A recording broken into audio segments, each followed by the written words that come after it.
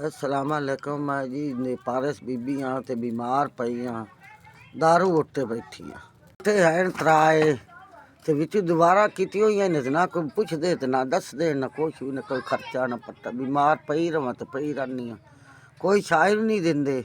आया इंदे बीमार सवाणी हाँ ते आलू आ उबलदे पे नहीं, ना मेरे को आटा है ना मेरे को दाना है ना मेरे को कोई शाय का है ते बीमार हाँ ते कोई शायद दिंदा लेंदा कोई नहीं है। हुण भी आलू उबाल के किसी के घरों लै आंदे ते ओह आ उबाल के ते खा के पाए रस।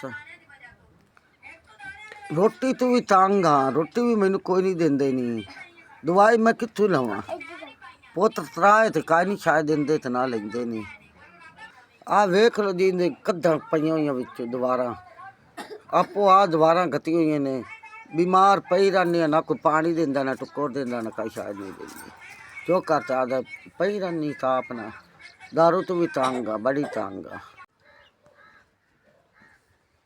1000 मिल गया अल्लाह की जात तेनू उमरा करावे, तेनू हज करावे, अल्लाह तेनू घणे तो घना देवे। अल्लाह की जात हो इतना कुछ देवे जेड़े गरीबां तू हाय करदा पिया है ना। अल्लाह तेनू बड़ा कुछ देना है, थब्या ना मिले से।